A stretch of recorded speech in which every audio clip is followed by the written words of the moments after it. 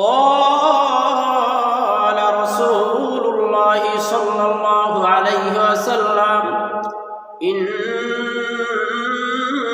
الله يوصيكم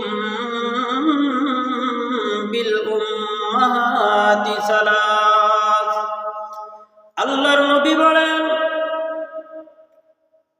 আল্লাহ তাআলা তার বান্দাদের জন্য তিনটি ওসিয়ত করেছেন মার ক্ষেত্রে।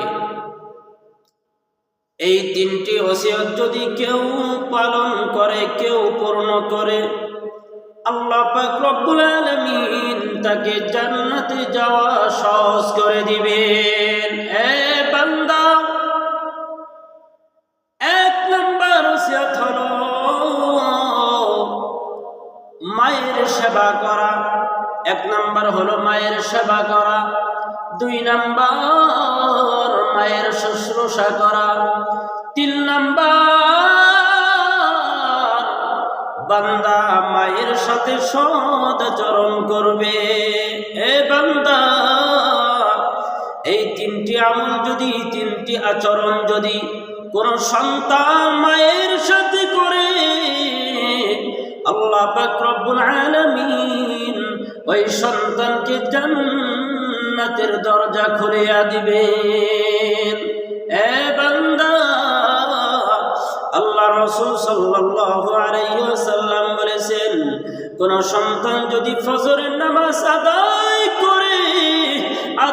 করে এরপর মার সাথে ভালো ব্যবহার করে, বাবার সাথে ভালো ব্যবহার করে, আল্লাহ রাসূল সাল্লাল্লাহু আলাইহি ওয়াসাল্লাম বলেন ওই সন্তানের জন্য জান্নাতের দরজা খোলার ব্যবস্থা হয়ে যায়।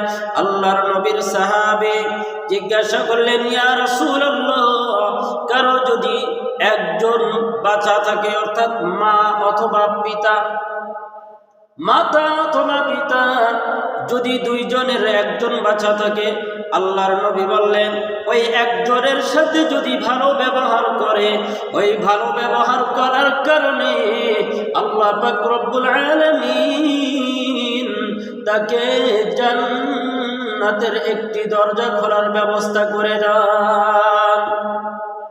বান্দারে, এই জন্য মার সেবা করা, মার শুশ্রূষা করা, মায়ের কথা মান্য করা।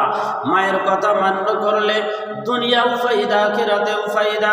হাকিমুল উম্মাত আশরাফ আলী থানভী রাহমাতুল্লাহি আলাইহি বলেন, মা এবং বাবার কথা যদি কেউ মান্য করে, আল্লাহ পাক রব্বুল আলামিন দুনিয়ার জমিনের ভিতরে 5টি পুরস্কার দান করেন।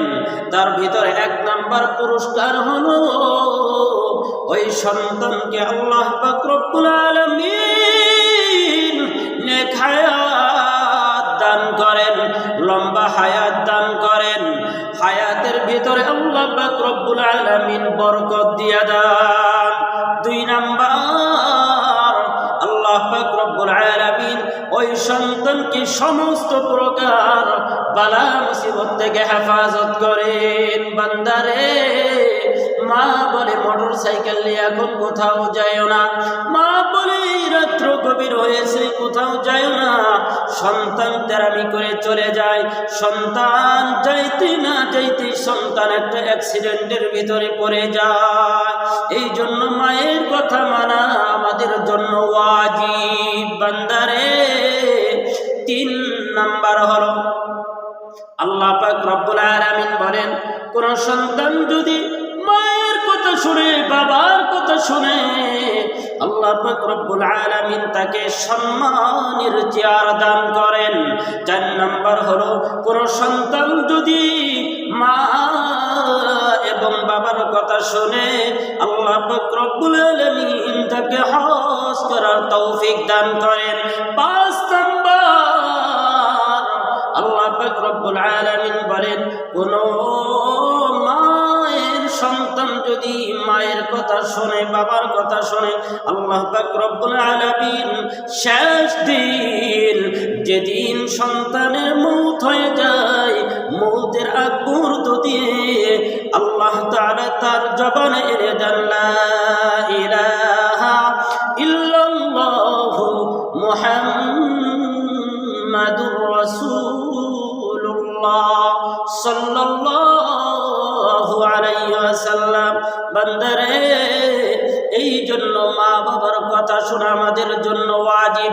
যদি সেই কথাটা আল্লাহ এবং আল্লাহর রাসূলের বিরুদ্ধে না যায়, যেই পর্যন্ত আল্লাহ এবং আল্লাহর রাসূলের বিরুদ্ধে মা এবং বাবার কথা না যাবে, সেই পর্যন্ত প্রত্যেকটা সন্তানের মা এবং বাবার কথা শোনা ওয়াজিব।